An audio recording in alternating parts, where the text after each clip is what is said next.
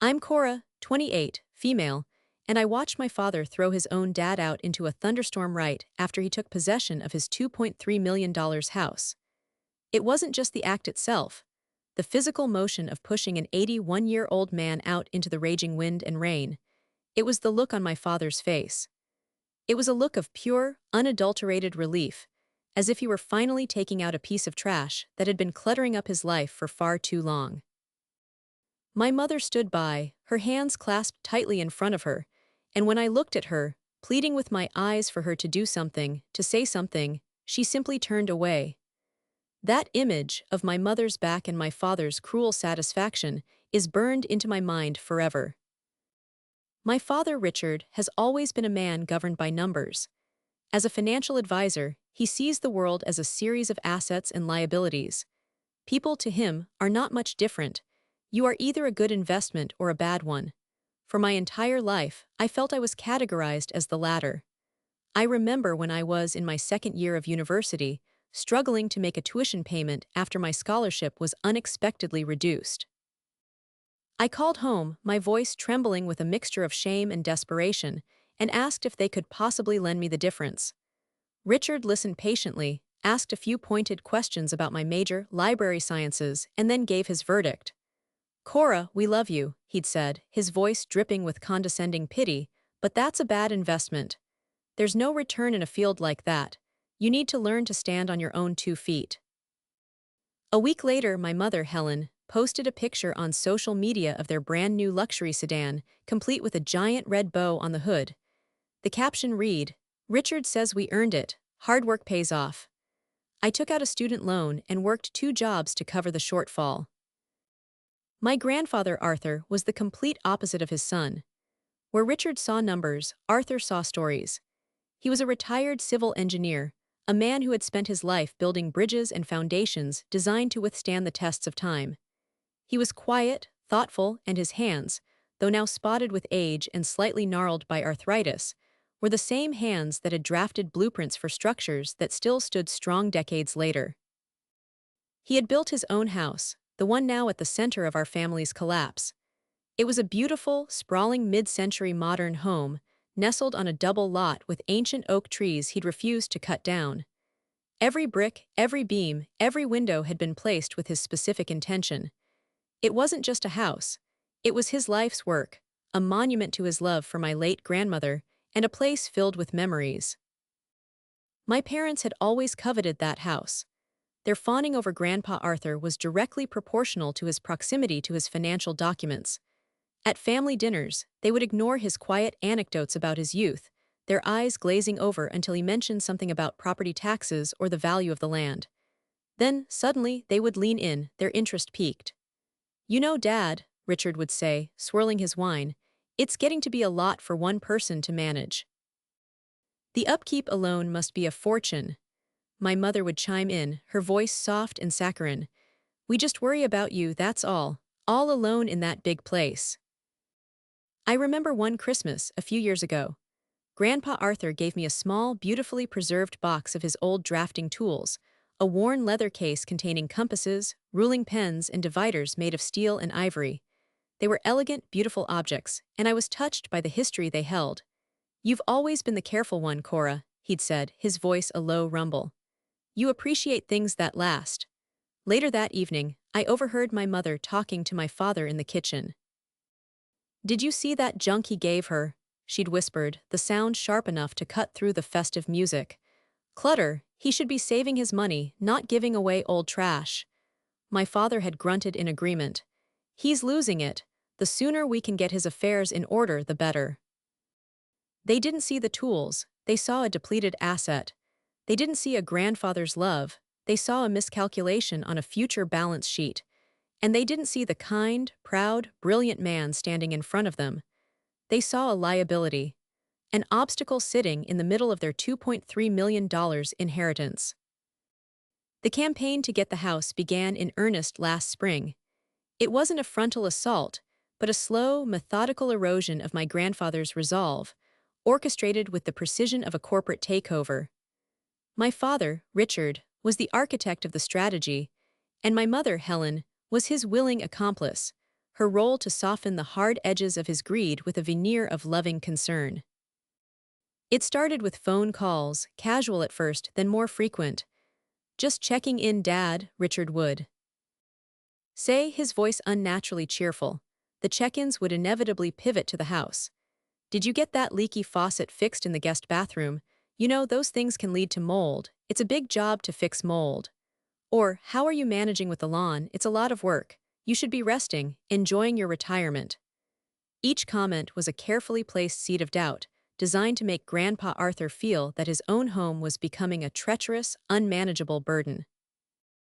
Then came the Sunday dinners. They insisted he come to their house every week, a manufactured tradition that was transparently self-serving. I would come too, mostly to act as a buffer for my grandfather. During these dinners, the house was the main course. "We've been doing some research, Dad," Richard announced one evening, pushing a stack of glossy brochures across the table. They were for assisted living facilities, sterile-looking places with names like Golden Meadows and Serenity Gardens. "Look at this one," my mother cooed, pointing to a picture of a small, beige room. "They have a library and organized activities. You wouldn't have to worry about a thing." Grandpa Arthur stared at the brochure, his expression unreadable. "My home has a library, Helen," he said quietly. "I built the shelves myself." "But this is different," Richard cut in, his impatience showing. "This is practical. We're talking about estate planning, about asset management. If you sign the house over to us, it simplifies everything. It protects the asset from probate, from taxes. We can use the equity to ensure you have the best care money can buy, right here in your own home, of course." He added that last part quickly, seeing the flicker of hurt in my grandfather's eyes. "We would never ask you to leave. This is just a legal formality, a way to take the burden off your shoulders." I tried to intervene. "Dad, Grandpa is perfectly capable of managing his own affairs," I said, my voice firmer than I intended. "His mind is as sharp as ever." Richard shot me a withering look. "Cora, this is an adult conversation. You don't understand the complexities of the financial world. We are trying to protect your grandfather." "Protect him, or protect your inheritance." The words slipped out before I could stop them. The air grew thick with tension. My mother gasped theatrically. Richard's face hardened into a mask of indignation. "That is an ugly and uncalled-for accusation," he said, his voice low and dangerous. "We are thinking of our father. It's a shame his own granddaughter thinks so little of him that she would prefer to see him struggle alone." The argument was over. I had been successfully painted as the cruel, naive child, and they were the benevolent, misunderstood saviors. After that, they started to exclude me from their plans, having conversations with Arthur when I wasn't around. The pressure intensified. They would show up at his house unannounced, pointing out phantom problems: a drafty window, a creaky floorboard, the danger of the stairs. They wore him down, day by day, with their relentless negativity and feigned concern. My grandfather was a proud man. He had faced down engineering challenges, corporate boards, and the laws of physics. But he had never learned how to fight a war of attrition waged by his own son. He was 81 years old, and he was tired. A part of him, I think, desperately wanted to believe that they were right, that underneath all the financial jargon and manipulation, his son and daughter-in-law truly did care for him. He wanted to believe that this act of surrender would finally buy him some peace. One Tuesday afternoon, he called me. His voice was heavy with resignation. "They're coming over with the lawyer tomorrow, Cora," he said. "I'm going to sign the papers." "Grandpa, you don't have to do this," I pleaded. "It's your house, you don't owe them anything." There was a long pause on the other end of the line. "I know," he said softly, "but I'm so tired of fighting. Maybe this will make things better." He didn't believe it, and neither did I. The day my grandfather signed away his home felt like a funeral. The air in his beautiful, sunlit living room was thick with a sense of finality. Mr. Jennings, the lawyer my parents had hired, was a man with a plastic smile and eyes that never seemed to focus on anything for more than a second. He spread the documents across the polished mahogany coffee table that my grandfather had built with his own hands 60 years ago.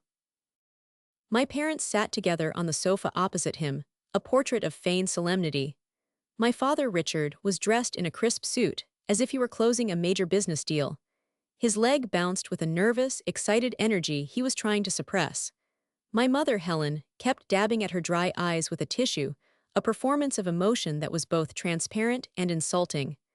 I stood by the large picture window, watching the clouds gather. In the distance, feeling a mirrored turmoil building inside me.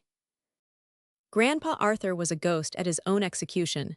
He sat in his favorite armchair, his shoulders slumped, his face pale. He read each page of the deed of gift slowly, his finger tracing the lines of legal text that were stripping him of his life's work.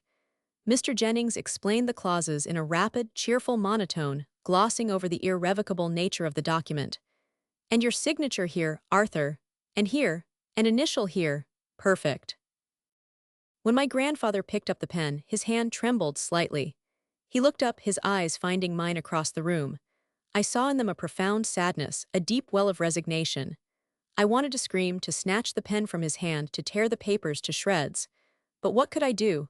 He was a competent adult, and this was, legally, his choice. A choice he had been mercilessly bullied into making. He signed his name, the scratch of the pen on the paper sounding like a gunshot in the silent room. The moment it was done, the atmosphere shifted. It was instantaneous and sickening. Richard's tense posture relaxed, and a broad, triumphant smile broke across his face. He clapped the lawyer on the back. "Excellent, excellent. Thank you, Mr. Jennings. We appreciate your efficiency." My mother's performance of grief vanished. "Oh, what a relief," she sighed, standing up and looking around the room with the eyes of a new owner. "Now that this is settled, the first thing we need to do is get rid of these old curtains, and this carpet has to go." They didn't even wait for the lawyer to leave. They began walking through the house, my grandfather's house, talking about renovations and redecorating. Their voices, filled with excitement, echoed through the halls.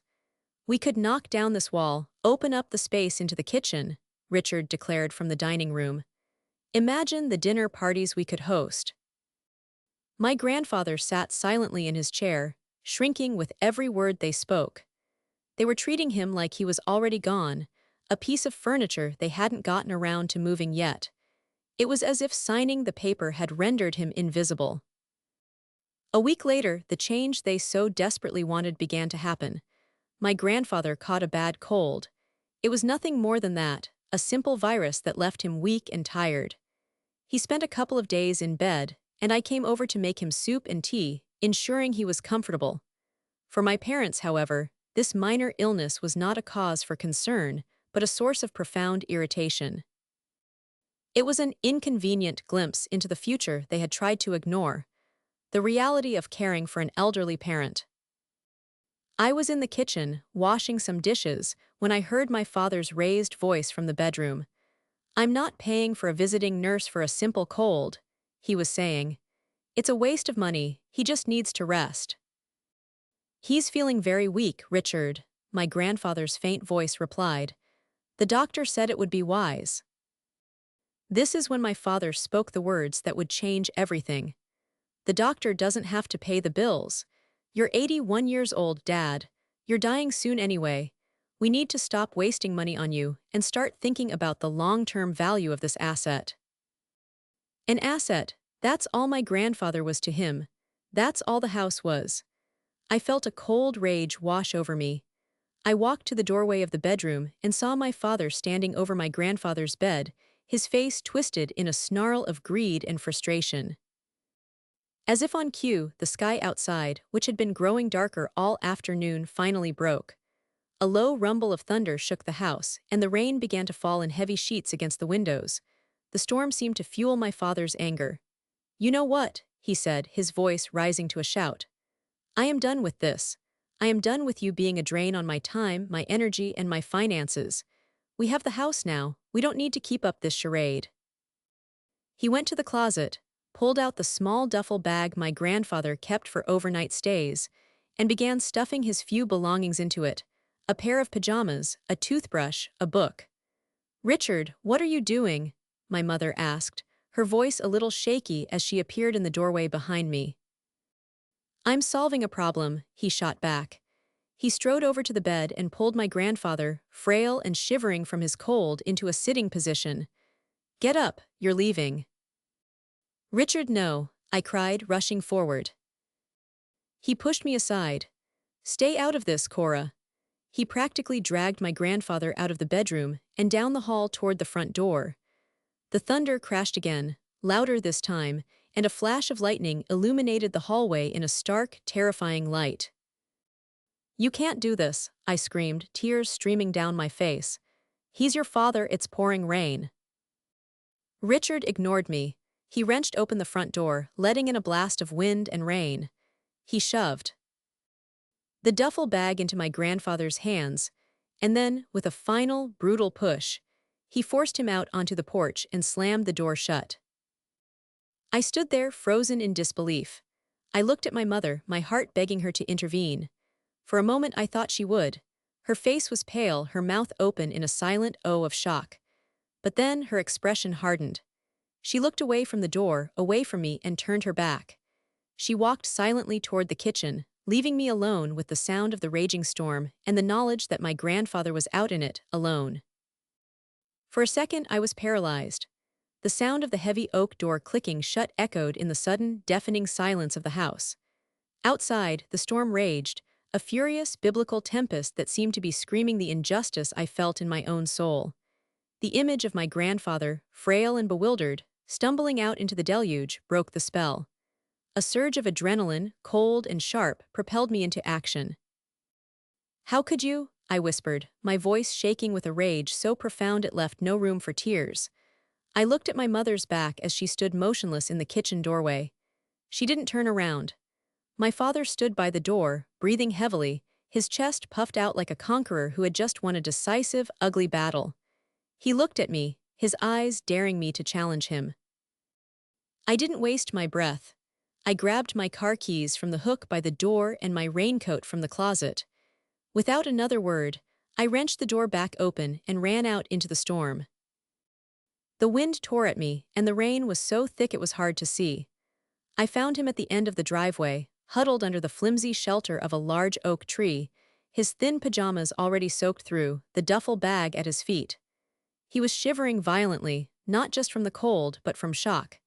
He looked up as I approached, his face a mask of confusion and deep, heartbreaking shame. "Cora," he stammered, his teeth chattering. I don't." "It's okay, Grandpa," I said, my voice gentle as I wrapped my raincoat around his trembling shoulders. "It's going to be okay. You're coming with me."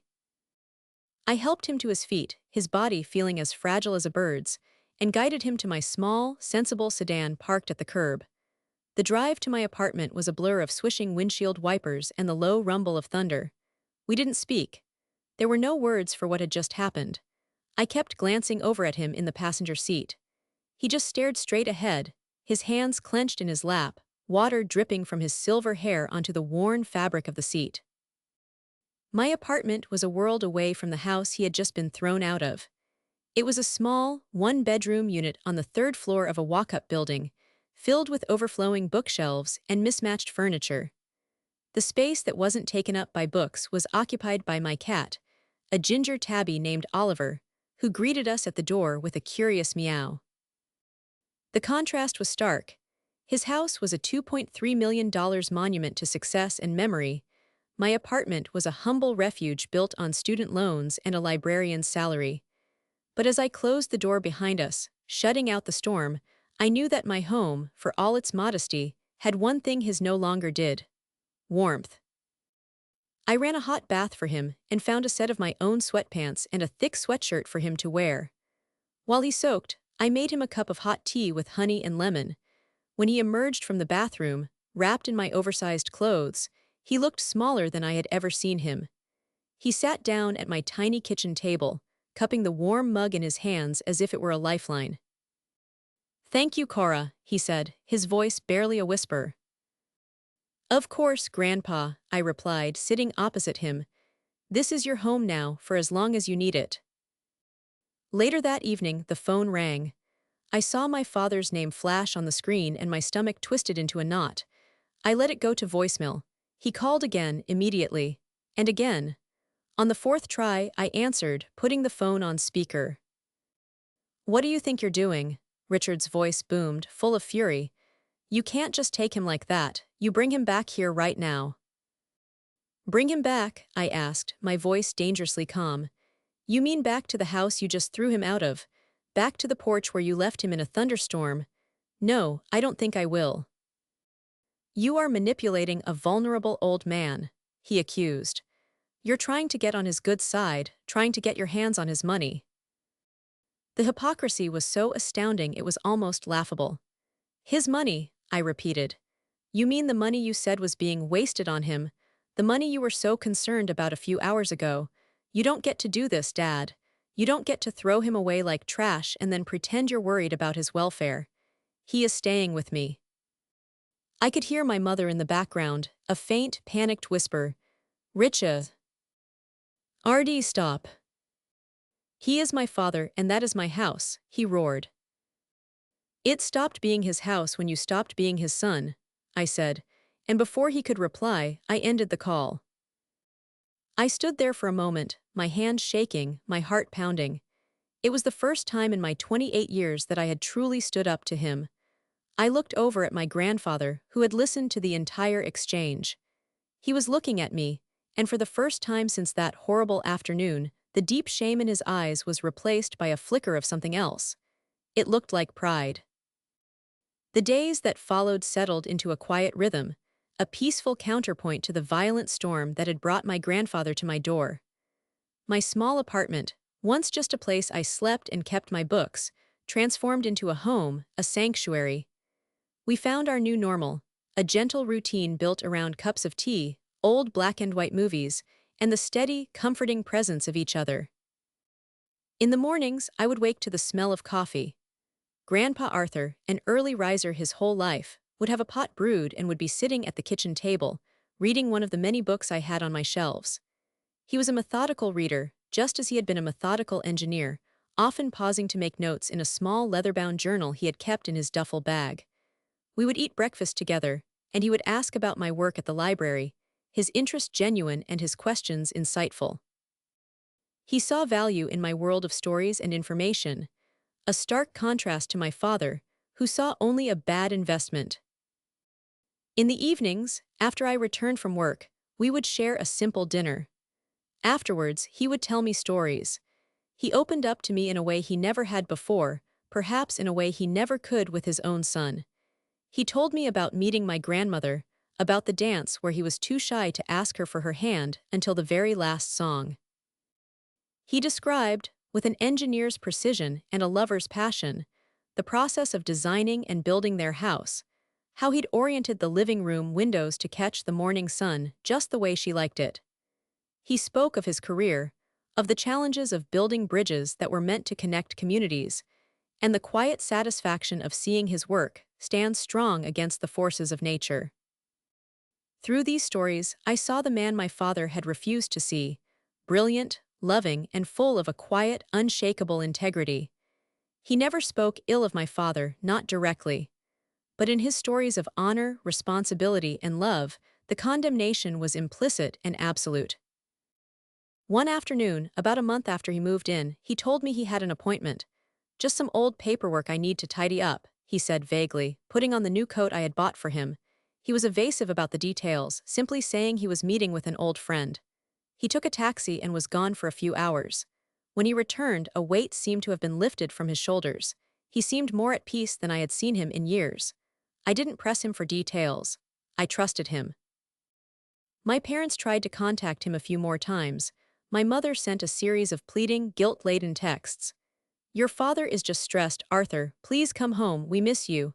He would read them, his face expressionless, and then hand the phone back to me without comment. Richard left angry voicemails which we deleted without listening to them. Eventually, the calls and texts stopped. They had their prize, the house. They were content to wait for the rest. As autumn turned to winter, I could see my grandfather's energy beginning to wane. The cold he'd caught on the night of the storm had lingered, settling deep in his chest. Some days he was his old self, sharp and engaged. On other days, he was tired, content to doze in his armchair with my cat, Oliver, curled up on his lap. The doctor confirmed it was congestive heart failure. His body was, as he put it with an engineer's pragmatism, experiencing systemic fatigue. There was no more talk of wasting money. I arranged for a nurse to come a few hours each day while I was at work. I cashed in some of my own small investments to cover the costs, a decision I didn't think twice about. It wasn't a financial calculation, it was an act of love. He was never a burden. Caring for him in those final months was the greatest privilege of my life. We were a small, unlikely family, brought together by an act of cruelty, but sustained by simple kindness. We had what my parents, in their grand, empty house, would never understand. We had each other. He passed away on a Tuesday morning in early February, peacefully in his sleep. I found him in his armchair, the book he'd been reading resting on his chest, a faint, serene smile on his lips. The storm was long over. He was finally at peace. Arranging the funeral felt like moving through a thick fog. The world seemed muted, the colors less vibrant. My grief was a heavy cons. Tant presence, a hollow ache in my chest.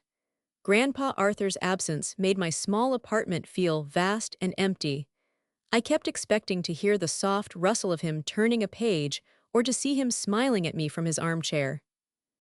My parents' reaction to his death was as hollow as their previous concern had been. They made the appropriate phone calls, their voices thick with a practiced sorrow that fooled no one, least of all me. They attended the funeral, my father in a somber dark suit, my mother clutching a handkerchief and dabbing at her eyes for the benefit of distant relatives. Richard delivered a short, generic eulogy filled with empty platitudes about a life well lived, never once mentioning my grandfather's passion, his brilliance, or his kindness. He spoke of him as if he were a character in a book he'd only read the summary of. During the small reception after the service, my father pulled me aside. His attempt at a comforting hand on my shoulder felt alien and intrusive. "A sad day," he said, his eyes scanning the room. "Have you, heard from the lawyer yet, about the reading of the will?" I stared at him, my grief momentarily eclipsed by a fresh wave of disgust. "He's been gone for 3 days, Dad," I said, my voice flat. Of course," he said quickly, withdrawing his hand. "It's just these things are best handled promptly, to settle the estate for closure." His definition of closure was purely financial. Over the next 2 weeks, the waiting game began. For me, it was a period of quiet mourning. I took time off from the library, sorting through my grandfather's few belongings, his books, his journal, the worn-out sweatshirt he'd loved to wear. Each object was a memory, a tangible piece of the kind soul I had lost. For my parents, the waiting was an exercise in barely contained impatience. My mother would call me, her voice a high-strung mix of feigned sympathy and pointed inquiry. "How are you holding up, dear? It's so hard, I know. I was just wondering, has Mr. Harrison's office been in touch?" When I said no, her disappointment was audible. Richard didn't bother with the pretense. He left me a voicemail that was all business. "Cora, it's Dad. Call me the second you hear from the lawyer. We need to get the ball rolling on this." One evening, while cleaning out the small nightstand I had set up for my grandfather, my fingers brushed against a small, unfamiliar object tucked away at the back of the drawer. It was an old, intricately carved wooden box, no bigger than a book. I opened it. Inside, nestled on a bed of faded velvet, was a tarnished silver locket with a picture of my grandmother inside, a small brass drafting compass, and a thick, sealed envelope. On the front, in my grandfather's elegant, slanted script, were the words, "For my Cora, to be opened after it's all over." My heart pounded. I was tempted to tear it open right then and there to hear his voice one last time, but his instructions were clear. After it's all over. I didn't know what it was, but I knew the final act had yet to play out. I placed the letter, unopened, on my bookshelf where I could see it. It was a promise of a final conversation, a last piece of his story waiting to be told. Finally, the call came. A polite secretary from the law offices of Harrison and Finch informed us that the reading of Arthur Pembroke's last will and testament would take place the following Friday at 10:00 a.m. I hung up the phone and took a deep breath. The waiting was over. It was time. The law office of Mr. Harrison was the antithesis of my parents' worldview. It wasn't flashy or modern. The space was paneled in dark wood, the shelves lined with thick, leather-bound legal books that smelled of paper and time. It was a place that felt solid, respectable, and serious, much like the man who now sat behind the large mahogany desk. Mr. Harrison was in his late 60s, with kind eyes, a formal demeanor, and an air of quiet authority. He had been my grandfather's lawyer and friend for over 40 years. My parents were already seated when I arrived. They looked like they were closing on a real estate deal. My father, Richard, was practically vibrating with anticipation, a smug, confident smile fixed on his face. My mother, Helen, sat beside him, patting his arm reassuringly. They were on the cusp of finalizing the greatest acquisition of their lives, and their greed was a palpable force in the room. They gave me a brief, dismissive nod as I took a seat in the chair furthest from them. I wasn't there for a fight or for a prize. I was there to say a final goodbye, to close this ugly chapter and walk away. Mr. Harrison put on a pair of reading glasses and cleared his throat. "We are gathered here today to read the last will and testament of Mr. Arthur Pembroke," he began, his voice calm and steady.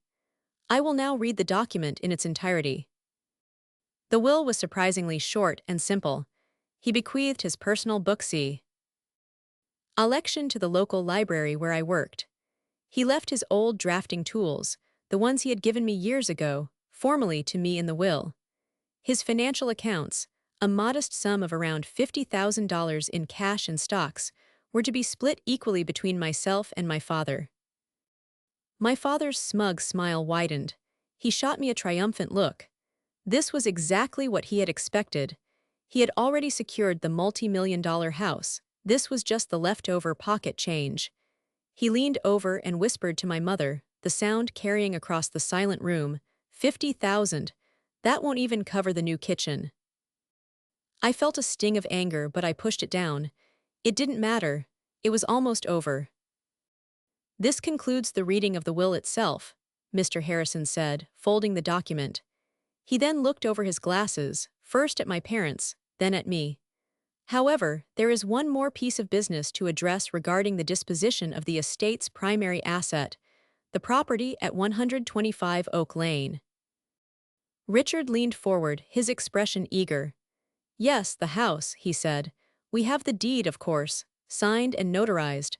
I assume we just need to file some final paperwork." Mr. Harrison didn't answer immediately. Instead, he reached into a folder on his desk and pulled out another document. "What you have," he said, his voice taking on a new, formal tone, "is a signed deed of gift. What you may not have fully appreciated is that it was a deed of gift with a condition precedent." My father's smile faltered. "A what?" "A condition precedent," Mr. Harrison repeated, his gaze unwavering. "It is a legal condition which must be satisfied before a right, in this case the full and final ownership of the property, is granted. I advised Arthur to structure it this way as a measure of protection." He unfolded the document. "Allow me to read the specific clause. This gift of property is made on the express condition that the recipients, Richard Pembroke and Helen Pembroke, provide continuous, compassionate, and supportive in-person care for Arthur Pembroke within the confines of said property for the entire remainder of his natural life. Should Arthur Pembroke be removed from the property by the recipients for any reason other than a certified medical necessity that prevents his return, this deed of gift shall be rendered immediately and irrevocably null and void, and all rights and titles to the property shall revert to the estate of Arthur Pembroke." The color drained from my father's face. My mother's hand flew to her mouth. That's ridiculous," Richard stammered. "He can't do that." "He could, and he did," Mr. Harrison stated calmly. He then pulled out another set of papers. "Furthermore, the estate is in possession of a notarized affidavit, signed by Arthur Pembroke on October 17th of last year, the day after he was removed from the property. It details, in his own words, the circumstances of his departure." He paused, letting the weight of his words sink in. "He describes being forcibly removed from his home by his son during a thunderstorm, following a dispute over the cost of his medical care. We also have a signed statement from a neighbor, Mrs. Gable, who witnessed Mr. Pembroke being pushed onto the porch in the rain. The room was utterly, profoundly silent. The only sound was my mother's ragged breathing. My father stared at Mr. Harrison, his mouth opening and closing, but no words came out. He looked like a fish gasping for air. The smug conqueror of a few moments ago was gone, replaced by a man watching his entire world crumble before his eyes. Mr. Harrison looked directly at my parents. As the condition precedent was unequivocally broken, the deed is null and void. The house at 125 Oak Lane has reverted to the estate. He then picked up the original will, almost as an afterthought. Which brings me to the final clause. In the event that the primary residence reverts to my estate, it is my will that the entirety of my estate, including the reverted property and all other assets, liquid and fixed, shall have a single, sole beneficiary. He looked across the desk, his kind eyes finally settling on me, my granddaughter, Cora Pembroke. The silence that followed was a physical thing. It was heavier than stone, deeper than any ocean. It was the sound of greed turning to ash. It was the sound of my parents' future dissolving into nothing. My father stared at me, his eyes wide with a mixture of disbelief, hatred, and for the first time in his life, utter and complete defeat. My mother just wept, silent tears rolling down her pale cheeks. I was in shock myself. I looked at Mr. Harrison, and he gave me a slow, almost imperceptible nod. A knowing look. This was my grandfather's final plan, not an act of revenge, but an act of perfect, unassailable justice. A bridge he had built to the future, designed to stand strong long after he was gone. I stood up, my legs a little shaky. I didn't saw. Why a word to my parents? There was nothing left to say. I walked out of the office, out of the building, and into the bright, clear light of day. When I got home, I walked over to the bookshelf, took down the letter my grandfather had left me, and finally I opened it. The note was short. My dearest Cora, it read. A good foundation is everything. It must be built on integrity, and it must be strong enough to withstand any storm. You, my girl, were built to last. Thank you for being my sanctuary. The house was always meant for you. Love, Grandpa.